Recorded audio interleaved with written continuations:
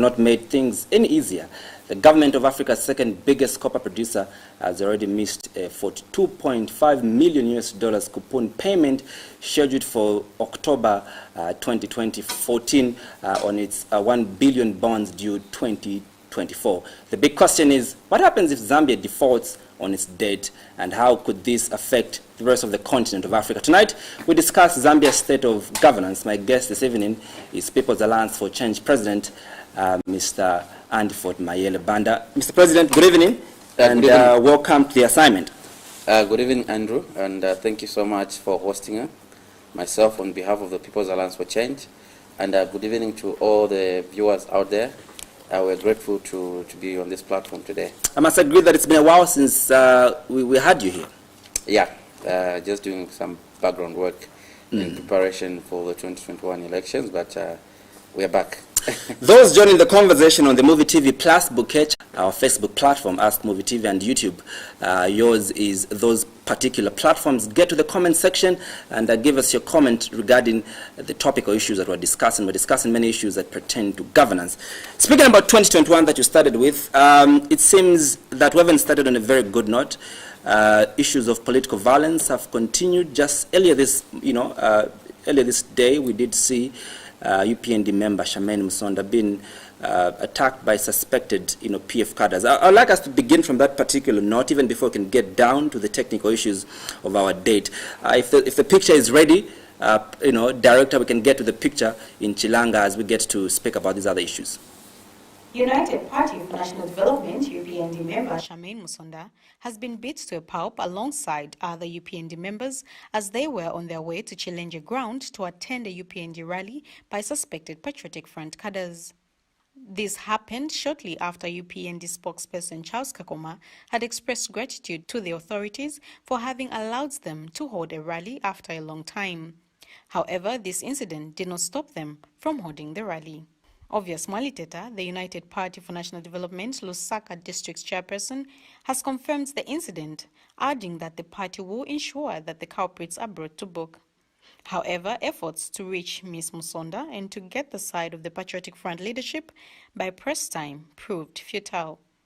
Messi Banda, reporting for Muvi TV News in Lusaka. Let's begin off from that particular note. What picture does this give us ahead of the 2021 general elections? Of course, I mean, there is a lot of animosity that's coming because of the desperation of people to stay in power. And obviously, this incident, it's culminating, obviously from the fall of butane.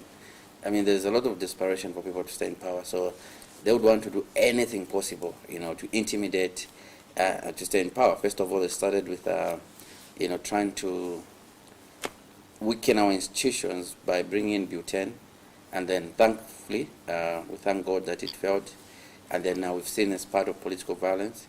Yesterday, one of the artists who is an activist, Bran Wembia, he was also attacked by suspected Patriotic Front cadres.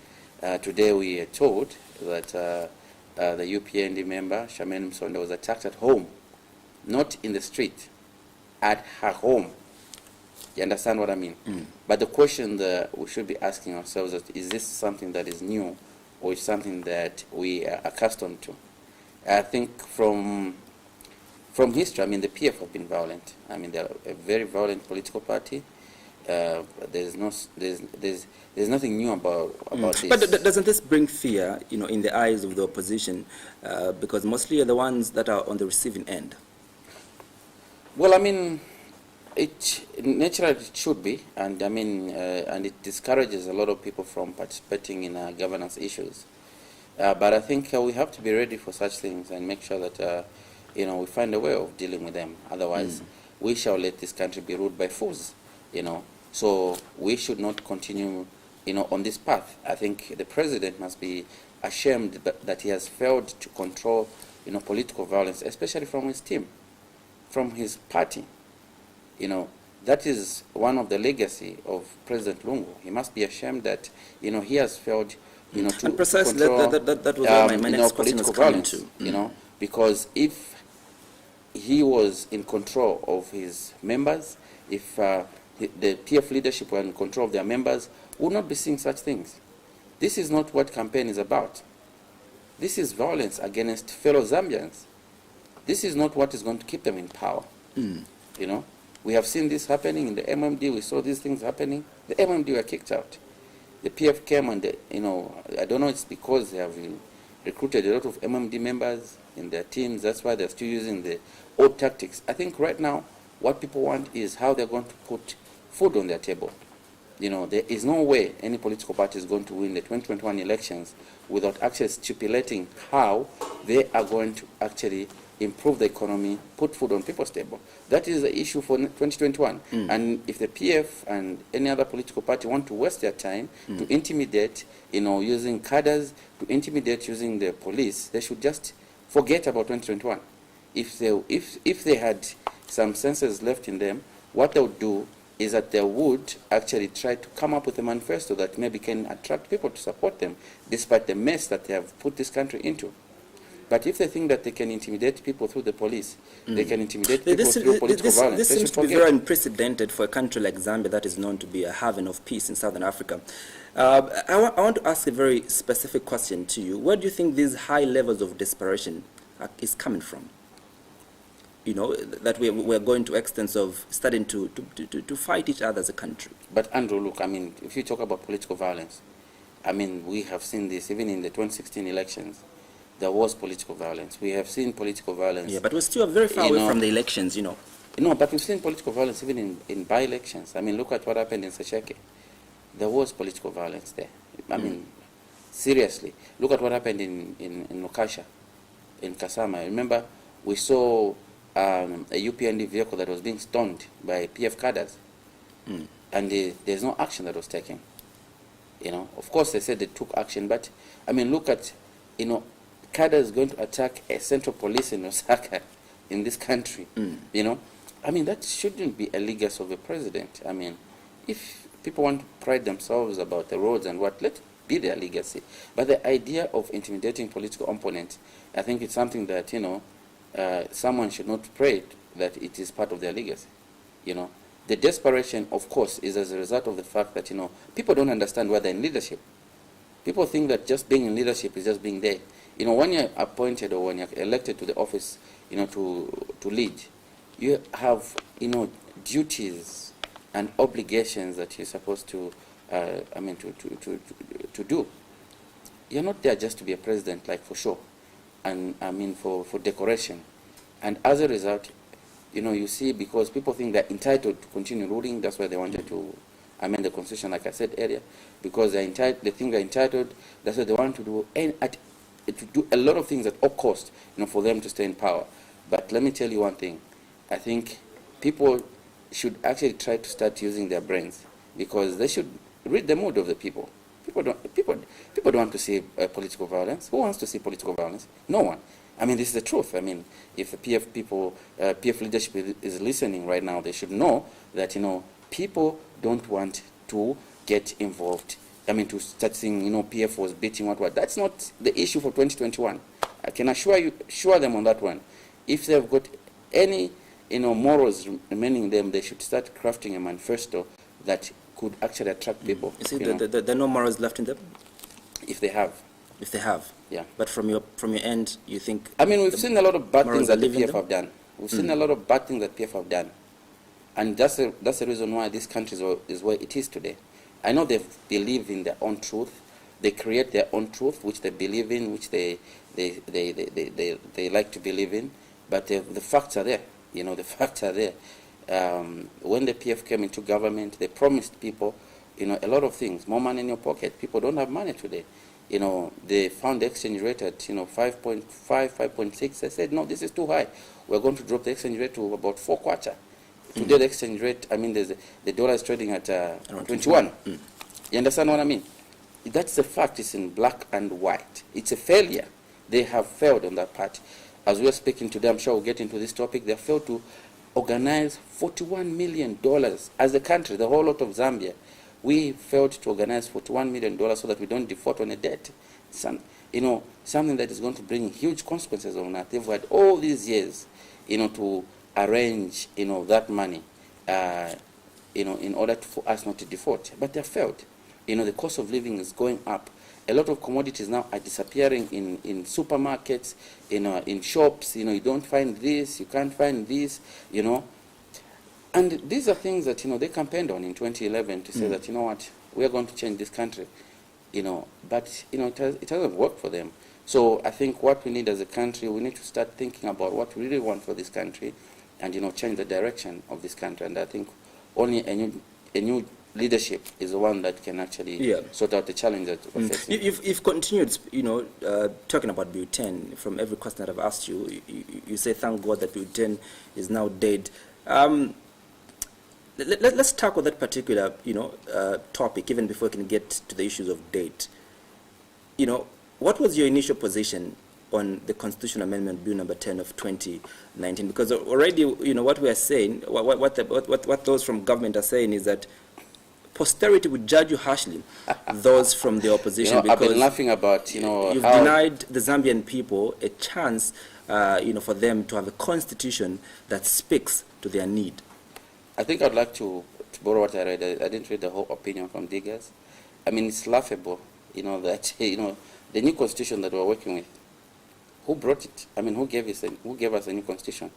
It's the PF. Now they want to start, trying to paint that, those that oppose butane, they deny the Zambian people, an opportunity, for them to have stadiums. I think you saw those billboards, across the city where they're putting stadiums, development, whatnot. There's nothing like that in butane. The whole thing about butane was about, increasing power, to the president, weakening our institutions, so that, the PF can have an advantage. That was the whole issue. And the bottom line is that the issue of amending a constitution by a small group of people instead of getting consensus from all stakeholders, that's what we wouldn't support that. The moment that, the constitutional review process was bulldozed, it was grabbed from the stakeholders, that's the day that, it died.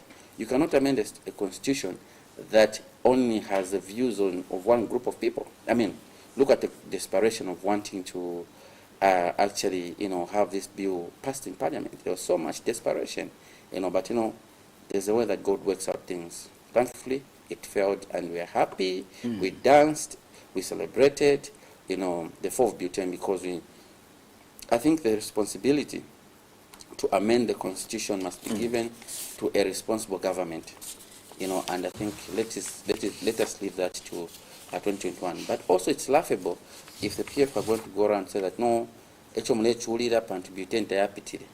Era ba opposition ebalengera ati butane not ipiti. Buffy, that vibe won't flow. They should find another vibe, because I've seen that from the 4th butane. That's a vibe that they want to bring to the table, to say that, no, we in the opposition have denied the people the opportunity. PF has just failed clean. They should not accuse, the opposition or the failure of butane. You've mentioned something very profound and very important, that butane, sought to weaken the institutions of, governance. How was it, how was the bill intending to do so? To start with, there were crazy proposals, for example, bringing back deputy ministers. I know the PF will tell you, that some things we removed them and whatnot. But those were the proposals. And the final draft was not given to anyone. And in any event, like I said, we don't support such kind of things because all stakeholders were not involved. Number two, the idea of dissolving parliament a day before elections. Where have you heard that? The idea was that if parliament is dissolved the day before before elections, ministers, MPs can abuse government resources to campaign. And which portfolio of people have got government resources that they're using today? It is the PF themselves. So that would advantage them. That would disadvantage a whole lot of people who are running as independents and in the opposition, because they wouldn't match that amount of resources in the campaign period. Andrew, that as PAC, we are one of the consistent participants in elections. So we do understand this. They also wanted to reduce the campaign period from 90 to 60 days, advantaging themselves because they had the resources. Their president has got the resources to touch every place in this country, within a short space of time. So now they reduce it to disadvantage us who don't have all the resources, maybe who will take time to touch all the places during the campaign, but them, they want to advantage themselves. there were also the issues of scrapping off the election of mayors, through the ballot, because they wanted to control the mayors, they wanted to control the councils.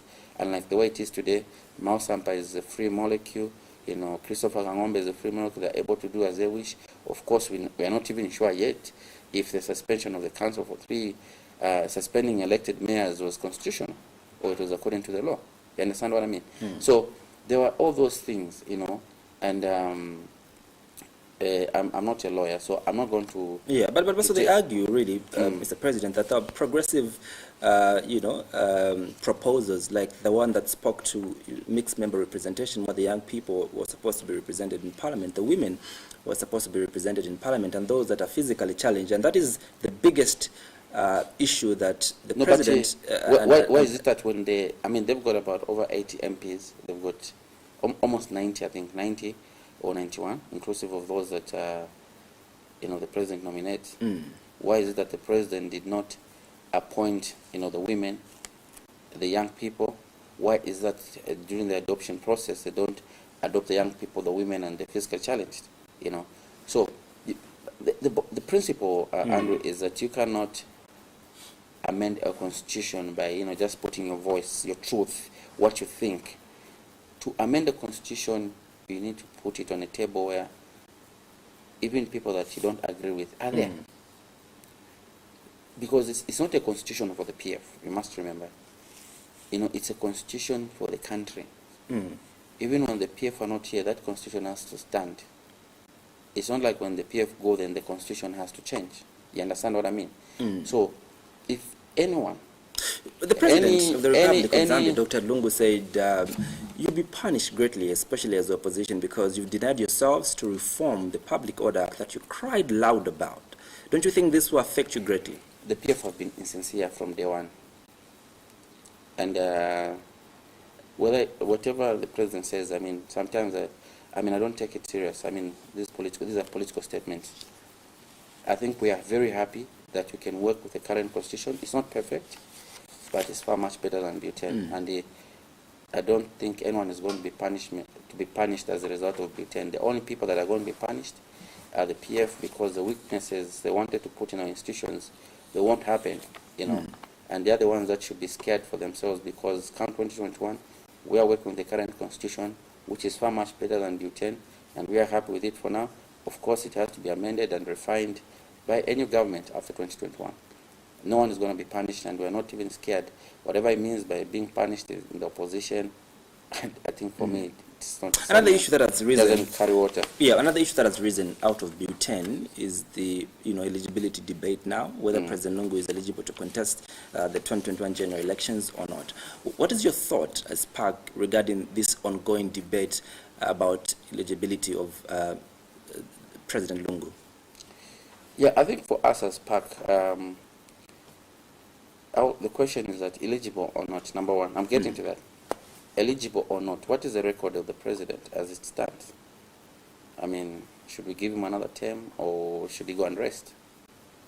I think we should normalize the idea of accepting to say that, things are not working out in this country, let me leave. Let other people try. You understand? So we, from 2016 elections up to now, we've been wasting a lot of time as a country, dealing with political issues. There is never a time when an economical issue became a hot issue. Everything is first we started with the election result. There was tension until Mr. Hakainde Chilema was arrested. Then from there we went into the constitutional, the reconciliation and constitutional amendment. It was a debate. There was no consensus between the opposition and government, the real opposition and government. And then from there they went into the NDF, and from the NDF we came to Butane. From Butane now it's eligibility, and that's why we have never focused on the economy, and the PF must take responsibility for this, because as a result of them getting us into these useless topics that don't add water to our economy, we are failing to pay the interest on the debt. And this is what we have been through. under the PF government. There is no single period that the issue of economy became such an important issue, such a hot topic to say, no, this is the direction of the country. I mean, we don't have a direction in this country. We don't have a direction. We don't even know where we're going. That's the reason why the next year's elections are a matter of life and death. And of course, I'm going to emphasize this later, but I want to emphasize this now again. If you love your country, if you love the future, if you care about the future of Zambia, if you care about the future of your children, if you really care, I think what you need to do is to stand up, go and register to vote so that you participate in the election next year. It's a matter of life and death. Other people want to continue ruling not because they care about you, not because they want to improve your living conditions, but because they want to continue enjoying things that they are enjoying. They want to continue enjoying power. They want to continue enjoying contracts. They want to continue enjoying statuses. I'm telling you, my people, I'm telling you, my fellow citizens, that I think let's call a spade a spade. There's no hatred. We don't have any hatred. I mean, I was not fired in the government. I've never worked for the government. I've never done business with the government.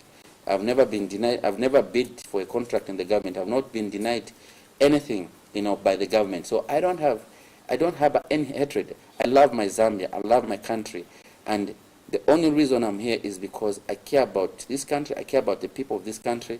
So when people fail, when the PF have failed, let's just call a spade a spade. There's no hatred here, And you PF people, if you get hurt by telling you the truth, just sit at home. Don't send cadres to people's homes to start attacking them. Just sit at home and deal with the truth. The truth is that you have failed. I mean, you've brought this country into on its knees. I mean, you're failing to pay just a $41 million a whole country. How many mines do we have in this country for you, to fail to pay that kind of money? It's embarrassing, to be honest, as a country, that we have to get to this point. And the PF, if we love this country also, let's just forget about the PF. Let's start looking elsewhere, And that's my appeal to the people of Zambia. So that's a point that I'm trying to drive, Andrew. We need to just call a spade a spade. There's no hatred here. Just sit yourselves at home and deal with the truth. You have failed, period. Let's get. I did ask you a question about the eligibility of President Lungu. Exactly. So that's what I was saying. So that eligible or not, I think it's respectful for the president to say, what, let's give other people a chance. Now, the issue of eligibility, it will be interesting to see what State Council Johnson was going to take to court after, the nomination of the president next year. To be honest, I've got a principle. I'm not a lawyer, and I'm not going to say whether it's eligible or not. And I don't really care, to be honest, at the moment. But I would want the court to guide us. And, yes, I agree with State Council John Sangwa. As it stands, it's difficult for the courts to guide us because he hasn't said he's going to, he said he's going to stand, but he's not, legally, there's nothing to show that he's going to stand. So we can't challenge that now. So I think the best time to challenge that is at a time when his nomination is validated, and then, we go to court, and then the court should guide us to say, whether the president is eligible or not. Yeah.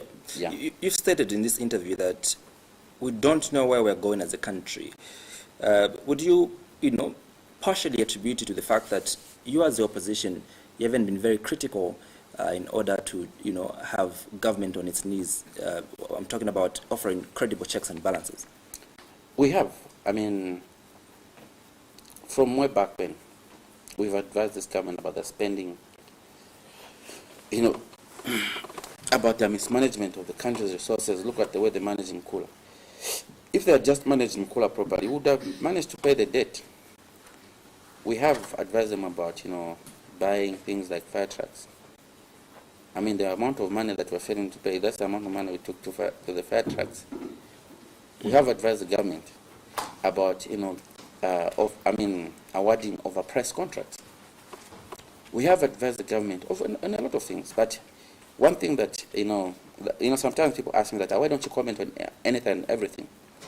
The reason why I don't comment on anything and everything is because one thing I've seen about the PF government, it's a government that, number one, does not listen to anyone. They listen to themselves. They've got a fight within their hearts, and let's be honest, and let's go expect, the PF has got a fight with UPND. That's their preoccupation. Their preoccupation is just to fight with UPND. How to not make HH a president. That's their preoccupation. and I'm going to say the truth. I mean, I'm running for president next year, but I'm going to tell you that that's a preoccupation to say, how do we fight UPND? How do we not make HH a president? That's what they discuss. That's what they do. And, number two, they don't take responsibility for anything. The PF never accept responsibility for anything. They should show me where they took responsibility for something. I mean, as a government, there are going to be mistakes. And sometimes just take responsibility and say, no, we made a mistake here. How do we work around this? We are inviting people to sit on the same table. Number three, they're divisive. But before we can get to number three, we said the preoccupation of the PF is fighting the UPND and making sure that Hakainde Hichilema, president of the UPND, does not contest. I think that's what I've deduced. That's what I've deduced. Yes, I think that's what. Don't you think?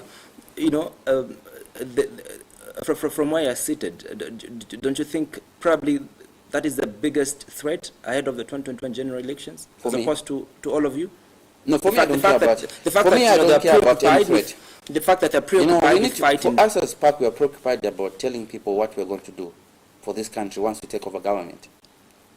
But my question is, don't you think no, the reason it doesn't why, matter who is there. They're not fighting, for example, PAC, they're not fighting the Socialist Party, they're not fighting EEP by Chilufetali and all these other political parties because they see you as non-entities and probably see the UPND. That is okay. That's okay for them to see us as non-entities. I mean, they'll be shocked. But that's their preoccupation. Andrew, I don't think the PF sees us as non-entity. I mean, did you see the results in Chilubi? We are penetrating. We are penetrating. As PAC, we've got numbers. I mean, we've shown that we are penetrating in PF strongholds. We are penetrating.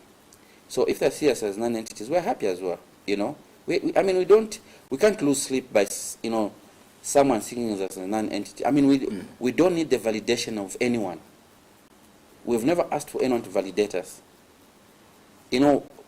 PAC was formed with people that came from nowhere. We didn't have political backgrounds. We were not media socialites or media personalities. We were not anywhere near the media. We started, day one. We formed the political party because we believed in what we're doing. And that's why PAC is the fastest growing political party as of today in this country. So if some people are going, we're not going to lose sleep. We don't need validation from... What are you using to quantify that? That what? That you're the fastest growing political party in Zambia. You haven't been looking at the by-elections. You're not seeing the by-elections. You don't follow news. Well, I think that was your question to answer. You understand? No. If you follow news, you would not ask me that question because, we've been participating in by-elections and we've been growing. We have learned a lot through the participation in by-elections. Because the leadership movement will tell you that they're doing well. The narrative will tell you that they're doing well. Doing well cannot be quantified through talking. Let them participate in by-elections. Any political party is free to participate in by-elections. We participated from presidential, mayor. We've been to Sesheke. We've been to Ron. We've been to Chilubi. We've been to Lukasha. We've been to Kasenengwa. We've been to a lot of places. But of course, none of them. Of course, it's a strategy for us to fine-tune our strategy. So no one is going to lie to you to say, no, even if we don't participate in elections, next year we're going to win an election. They don't know nothing about elections. We've had bad results, good results, from our expectations. There's targets that we set for ourselves, and we know what happens in elections. And we know what we're supposed to do, to do good. You understand what I mean? So we have given ourselves time to learn, and we've learned a lot. We have fine-tuned the strategy, and I think as we speak, we're very confident about our preparations for 2021. Let's get to voter registration that began on the 9th of November, ending on the 12th of December 2020. From how the Electoral Commission is conducting its mandate, what are your observations? Are we on the right track? Are we able to the journey to 9 million voters? Is it plausible? So far, there's a lot of challenges, and it's taking a lot of time to register voters. And but the point is that whatever the case, first of all, like I said earlier, I will emphasize this. I knew this question was coming. Whatever the case, just get out there and register to vote. Whatever the case, just get out there and register to vote. Now, we would like to, talk to the Electoral Commission of Zambia to say that, our democracy, our young democracy, needs not to be compromised. And there are two important exercises, I think, in addition to a whole lot of exercises: the registration of voters and the election day. I think if the ECZ have been taking this lightly, that like they've done with a lot of other things, I think they need to get serious and make sure that, a lot of flaws that are in the electoral system, the registration of voters, are sorted out immediately. And they need to be ready to ensure that if they don't attain the target, they need to extend the registration program. There's no two ways about it. All eligible voters must be registered. Next year's election is about ensuring that people are registered to vote. And we would like to advise the ECZ that please do not compromise our democracy. Do not, ensure that all eligible voters are registered, and be ready to extend the voter registration exercise in case you don't meet the target. Let's get the 9 million and we'll be happy. On the current but the other trajectory, issue also is that I've seen reports about people registering twice as voters. I don't know how that is happening, but we're still investigating that issue, and we want to we'll get back to we'll get the bottom of it, because that's so dangerous to the voter register. Like I mentioned, we don't have 100% the facts, but we're still investigating. I saw some pictures on social media about people registering twice as voters. That is uncalled for. That's quite dangerous. We know there are people that can take advantage of the weaknesses in the system, to advantage themselves, and we don't want that kind of situation. So ECZ, please pull up your socks, do your job. This is a non-partisan issue. This is a country issue. I know that you've been diddling because you are hoping that Butane, or waiting for Butane to pass, but Butane failed. So it's now time for you to work according to the current constitution and ensure that voters are registered. 9 million, we get the 9 million, we're happy. Then we validate and ensure that we are somewhere there around 9 million. On the current trajectory that we're moving on, do you think this is possible for us to attain 9 million voters? As long as people are going to, as long as people are going to be in the queue, and as long as people, go to register, I think we have to attain it. We just have to find a way of attaining it, because in the previous voter register, there were about 6.7 million people. And that's the reason why we've been calling to keep the old register, so that they can they just clean it up. Then the new voters, they can work with the new registration process. You understand what I mean? They should have kept the old register. Then we go and validate our details so that it's cleaned up. Then the new voters, so they should have had two processes. One, where us who are already registered voters, we go and verify our details, and then this one for new new voters, they start doing the new registration. But we know why they're trying to play tricks. But whatever tricks they're trying to play, get to the 9 million, then we will not have to say anything. Which tricks do you know that they're playing? Nothing. Well, they've been complained by key stakeholders that the Electoral Commission of Zambia, lacks consultation in terms of them before arriving at a decision. How would you describe how, personally as PAC, you've worked with the Electoral Commission of Zambia as build up to the 2021 general elections? Yeah, I think they don't consult. They invite us for meetings and they just tell us what they've decided. This happened with, we have decided that next year presidential candidates are going to pay 150,000. These are things that affect us as stakeholders. Let's be consulted. Let's discuss. Let's have a consensus. As we move forward, we agree. There shouldn't be animosity. There shouldn't be mistrust between us and the ECZ. The idea of the Electoral Commission of Zambia, it's an institution that must be trusted by the PF, the ruling government, and us in the opposition. So the idea that they come to give us updates, which they have not consulted us on, it creates suspicions. Probably they're being given instructions from other people whom they're scared of. Yes, the ECZ have failed to actually effectively engage stakeholders, so that most of the things that are happening are a consensus of us stakeholders to say that, okay, we have agreed, this is the direction that we're going to move. What would you say is the biggest challenge that the Electoral Commission of Zambia is facing today, and why probably they're making haphazard decisions like they're doing? There are two challenges that ECZ is facing. Number one, political interference. I think number two, they don't have adequate funding. That's my own observation. Political interference and lack of funding. That has ultimately affected its independence. Sorry? Is that what has affected its independence? Yes, of course, yes. Yeah. Because political interference, they have to make decisions, that would suit some people. Kutomola zina nkulakwa, to suit some people who, have got so much influence on them. Two, if the ECZ is not properly funded, they cannot effectively, do their duties. They need to be properly funded. That's the reason why there was an impasse. There are two things. Number one, that's why they were saying that no, presidential candidates have to pay so much, because some of the materials we give them, they actually cost us 600,000. So we're trying to cushion, the cost of those materials, like the voter rolls and whatnot. But look, the government must fund for all that. For us as citizens, our job to participate in the electoral process, not to finance the electoral process. We're supposed to, first of all, the government does not even finance our campaigns.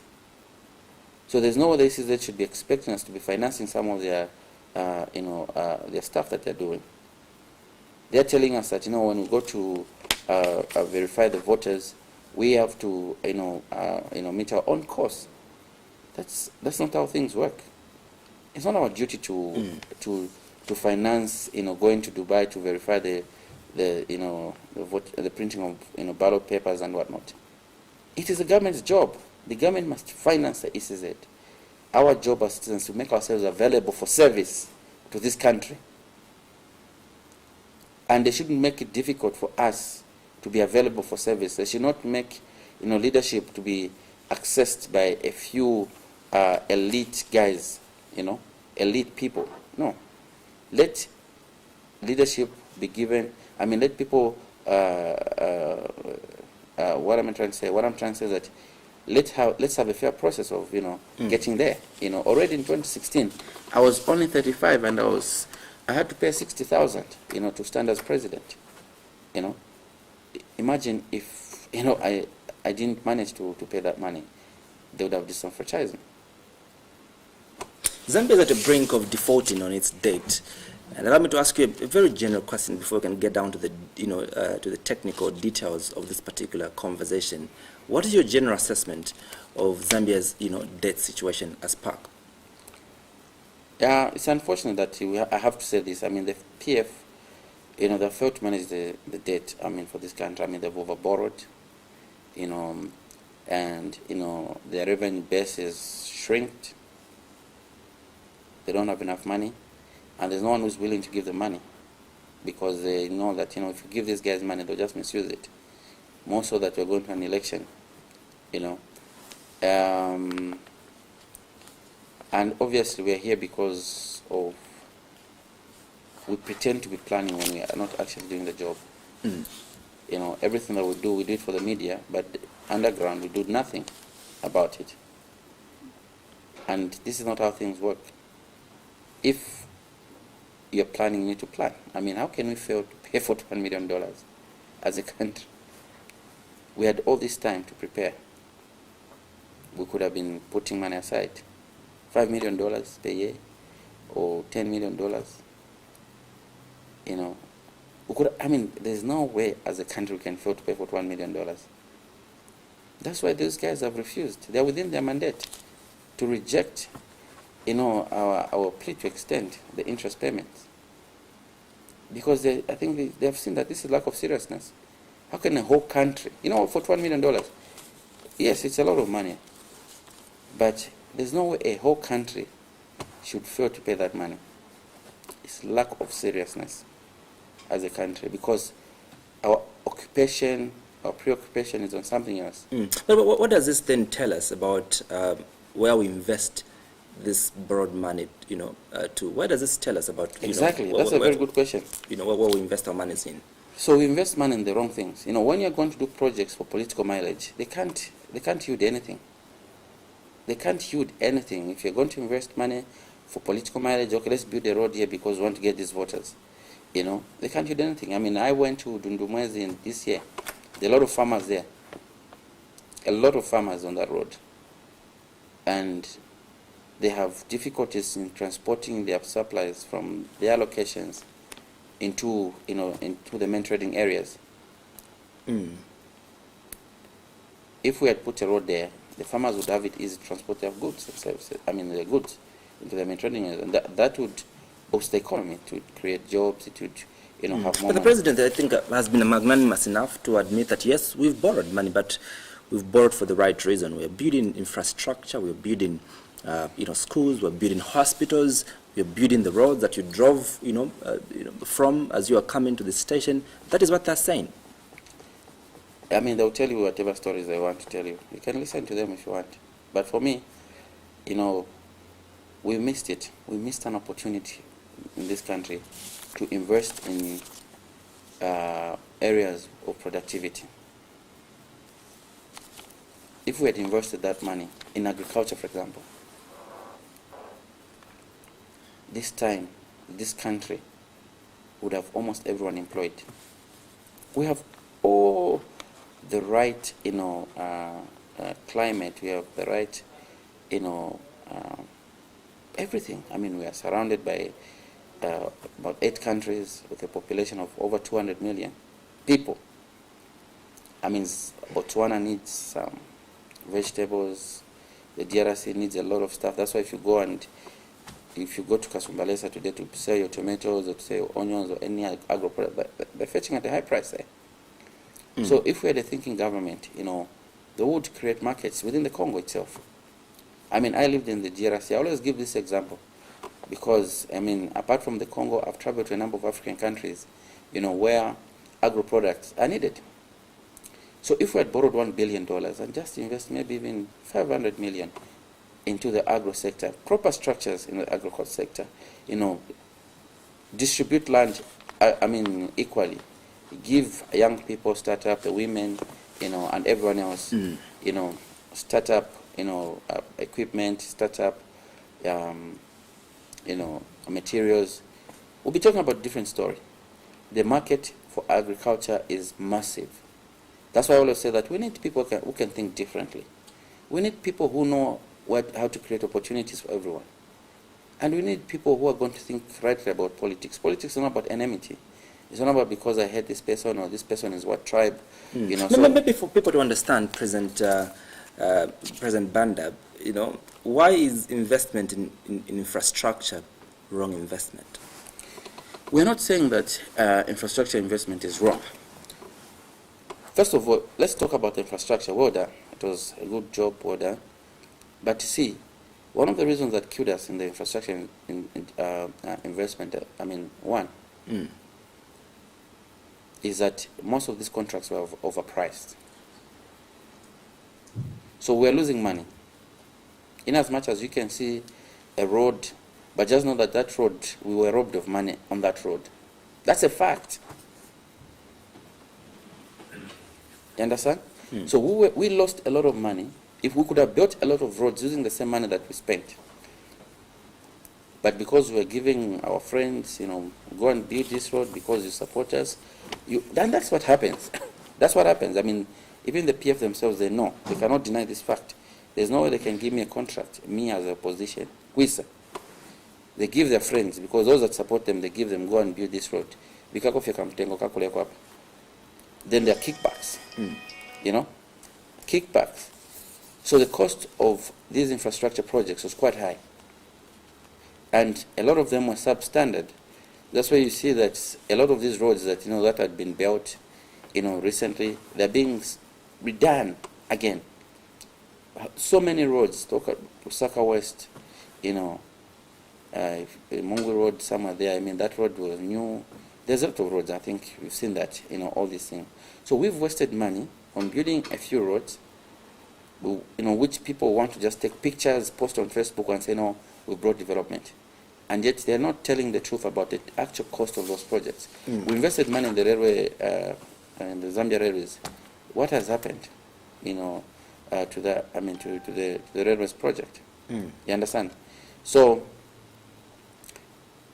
well, roads, and then the other issue is that we were putting roads which were not necessary.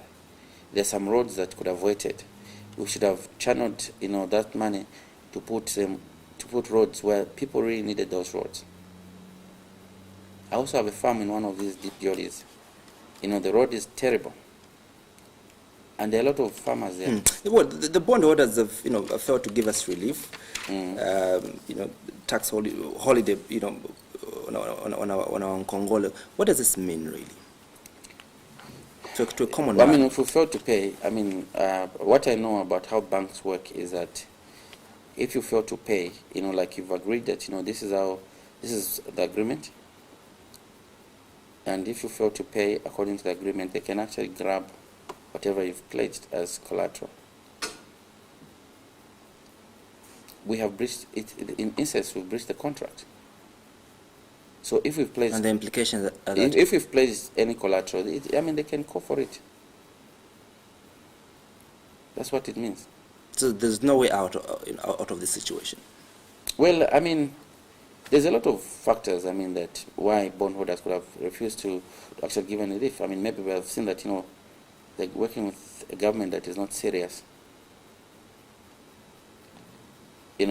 Because like I told you, Andrew, a country to fail to pay 41 million, that's lack of seriousness. What should be the way forward, President Banda, in terms of, our debt situation as a country? Ish. You want me to advise people don't listen? But of course, people will be hearing, the Zambian people... to start with, there should have been, of course, as PAC, one of the issues that we need to look at is, we believe that, our creditors are going to give the new government a chance to negotiate. Creditors, they look at a lot of things. Governance issues. They don't just look at the money and say, no, this is the money. They look at how the government of the day is managing the affairs in that country. They're giving a is the judiciary independent? How is the business environment? How is the political environment? How is this environment? How is this that? So now, if a lot of these things you're failing to tick, you're just crossing this political environment, no. Judiciary, no. This, no. It's difficult for such kind of government to negotiate with those guys. So the way forward... and you highly think that, that could have affected why our negotiations... that could have affected that also, that we didn't find other financiers to actually refinance this debt. What about the one that we had? The foreign company that we had, is it doing its job? Yeah, that's a question. That's a very good one. That's why people are asking, so what's the job of Lazard Ferreira? Because if they have failed, to get us this, what else are they going to do? But I think, to be honest, from my perspective, from my stand, the issue is with the governance of this country. That is where the problem, because if you are not governing a country properly, even the business environment, becomes difficult. Every business today is struggling. There are very few businesses that are making a profit. And I've seen people say, if you're making a profit in this country today, count yourself blessed. All of us in business are making losses. If we're not making losses, we're just surviving. Well, others are claiming that they'll fix it come 2021. How is PAC going to, dismantle the over 12 billion debt, foreign debt that we owe to the international market? To start with, we have to actually renegotiate the debt. There's no two ways about it. No one is going to tell you that they're going to pay the debt the moment they get into the office. They won't find the money.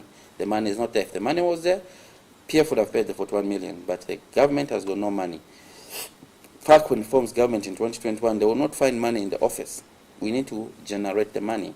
So number one is to renegotiate and make these people understand. And I believe I strongly believe that, our creditors will give an ear to the new government and see how best, we can sort it out. One of the ways is to restructure the debt, push it forward, and also just, give ourselves time to actually pay the interest. You understand what I mean? 2, we need to create a business-friendly environment, an environment that is business-friendly. There are a lot of initiatives that we can look at. We can look at the agriculture sector. We can look at, inviting companies from abroad to set up businesses in Zambia so that they can do exports, to our neighbors and beyond. Give them good, incentives for them to come. We are surrounded by a population of over 200 million people. So we should be able to attract a lot of investors, if we create a business-friendly environment in this country. There's so much potential in the agriculture sector. If we can empower a lot of people, we need to do a land audit and ensure that we redistribute the land to as many Zambians as possible, for them to venture into agriculture. And when we talk about venture into agriculture, it doesn't mean that if you, Andrew Mansa, you are an accountant or you are what, then you have to be forced to go and lima. There'll be jobs that will be created as a result of the chain that will be coming out of the agriculture sector. We have to cut down on costs. We need to ensure that costs are cut down to the minimum so that we can run government efficiently. Oh yeah, by the way, after cutting down costs, we need to ensure that government is running efficiently. Because by the fact that, there's a lot of political interference in the governance system, it slows down everything. If people know that, no, this person is opposition, so we don't deal with him quickly and whatnot. Just that slow, that bureaucracy is slowing down of things, affects the government's generation of revenue. We need to also ensure that, I'm sure thousands of people that are watching us tonight, President Banda said, look, those things are not even very technical, but why have we failed? Why have we failed to harness from the agricultural sector? We are the second largest producer of copper in Africa. Why have we failed to get a good deal out of copper? Why have we failed to get a good deal out of, the gold that we have as a country? Yeah. Where are we failing as a country?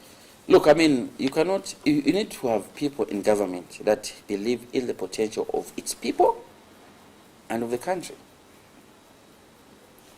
I want to repeat that. You need to have people in government that are going to believe in the potential of its people and of its country. Now, if you believe in the potential of your people, there is no way you're going to bring a Sudanese company to come and invest $5 million in this country to mine gold. What intelligent people do is that they would bring people that are experienced in gold as consultants, and yet that organization or that business is being run by the locals. If government can put proper structures and show commitment, that 5 million that we're talking about, the banks can give it to our local people, and they can actually do the gold mining. So there is lack of political will to make these things happen, and also corruption in the system has killed this country. If there's no will to fight corruption, if there's no will to actually properly govern the country, that's why even simple things fail. I'm not supposed to be technical to tell you how this country is going to be managed. These are simple things: agriculture, political will, put structures there, ensure there's land is redistributed equally, to the people. Simple things. Cutting down of costs in government, ensuring that government is operating effectively. These are simple things. I don't need to start talking like I'm a professor. I'm not a professor, but I'm telling you that, a lot of things that are failing to happen as a result of lack of commitment from the leadership. Well, I'm sure you heard the Vice President in Parliament last Friday say that certainly the country will not default, on our date. Do you believe in the capacity of the current administration, to pay? The current administration is good at talking. It's good at producing statements. Those statements are written for them by people. We need a kind of leadership that are going to actually believe in what they're reading. They're going to contribute to speeches. Not, tomorrow a minister, nam kwata function, over vice president, nam kwata function, speech ni. Maybe some of these people, they read those speeches as they're going to, to those functions. You need people that can actually even write their own speeches about what they're going to say. They need to believe in what they're doing. There's lack of commitment from the leadership. I'm not going to, to say anything less than that. There's lack of commitment from the PF leadership. And I think what is best for this country, let's start afresh. Let's get out the PF system, let them go and rest, and let them give a chance to a new, to the new breed of politicians, to start afresh. Do you think the PF are ready to give a chance to potential politicians like yourselves? Of course, from what we have seen from them, they're not ready. But if they are very honest and if they love this country, I think they would say, no, you know what, let's just give these people a chance. How do prospects look for you come 2021? I think the political environment is open. We're not going to say much, because if I say much, we'll be telling you about our strategies. But I think the political environment is quite open. We know where we need to touch and where we need to focus on, because politics is about strategy. Look at the US. The Democrats, they won the election because of being disciplined, and they ensured that they had a strategy. They ensured that their voters voted before the election day. So even us, from our participating in by-elections and from whatever, we have noticed what we need to do, to make an impact in next election, win it. So you're confident that probably things could go your way? I think it's open. It's open. Yeah.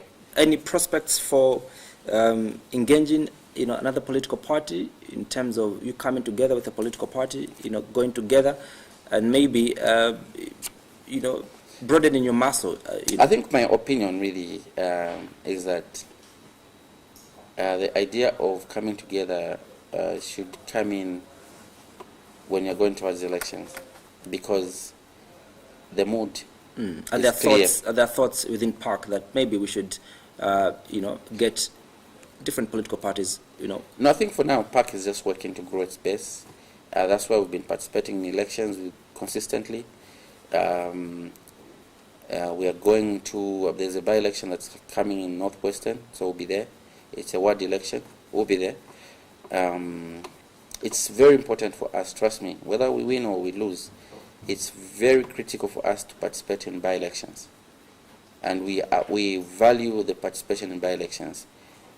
It's also a training ground. What we do is that when there's a by-election, we send leaders from different provinces to go and learn how things are working. Do you think the results of a by-election have any bearing on the general election? No, they don't. Because you said bearing. It's very important to participate in by-elections. Yeah, the results are not. They don't have a bearing, especially for some people, because some people lie to themselves that no, we've won or we have done what. But in a general election, we know how tables turn. We know what happens in those places. We are there. So we are very happy with what the progress we've made, and I'd like to assure our members out there so that don't despair. PARC is working. We are not yet the noisiest political party, but just remember that we are working. You'll be impressed with what we've done in the background, and and you see us more. Without the PF have swallowed you as PARC and many other political parties in by-elections, don't you think this is a projected story of what will happen even in 2021? Far from it. Very, very far from it. Even them, they know. Generally, how would you describe the environment in terms of the opposition getting to freely mobilize, the opposition getting to freely express themselves ahead of these elections? How would you describe the current environment? Yeah, of course, the PF have been trying to reject permits for opposition. Of course, our colleagues at the rally today, the UPND, and our colleagues in the opposition, they are at the rally today. And we had President Lungu about a week ago saying that, let's give, the opposition the freedom to mobilize. I hope that his words are going to be actually his words. There's nothing that is going to lose by giving us a chance to actually mobilize freely. It's good for his legacy. It's good for the country. The idea of stopping opposition from mobilizing is actually, stamping on people's rights, because the idea of democracy is that, I've got the right to run for president. What is the experience from your side as PAC in terms of have your rights been? We have a few incidences, but not yet, because we're about to get busy. Probably we'll see when we get busy how they're going to react to our busyness. We're going to get busy. So once we get busy, let's see what happens. Yeah. Your last remarks, President Banda, as we close the show.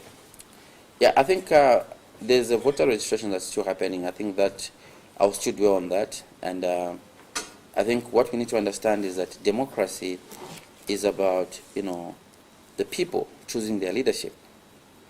Democracy is about those that have been given an opportunity to lead, to actually deliver on the expectations of the people. And if they fail, they need to give, they should give room to other people who feel have better plans for the country. Being in leadership is not a personal to order. It's not like it's a farm or your house. In a democracy, the country belongs to everyone, the people of that country. So people should not think that when they're elected, they're entitled to stay there forever. That's not how it works. So let's understand that simple fact and, give each other a chance, to work. Reach out to the people and ensure that, you do your part to ensure that, people exercise their right to vote. The ECZ, please, can you work out on the challenges and ensure that, all those challenges that people are facing in registering to vote are sorted. To the people, go and register to vote. Thank you very much, Andrew Mwansa. Thank you, Muvi TV. And thank you to everyone who was listening. May God bless you, and may God bless the Republic of Zambia. People's Alliance for Change President Andyford Mayele Banda, thank you so much for having made time to appear on the assignment. Thank you, Andrew. We end here. Thank you so much, my producer and director, Mavuto Piri. For now, good night, and see you Sunday at exactly 19:35.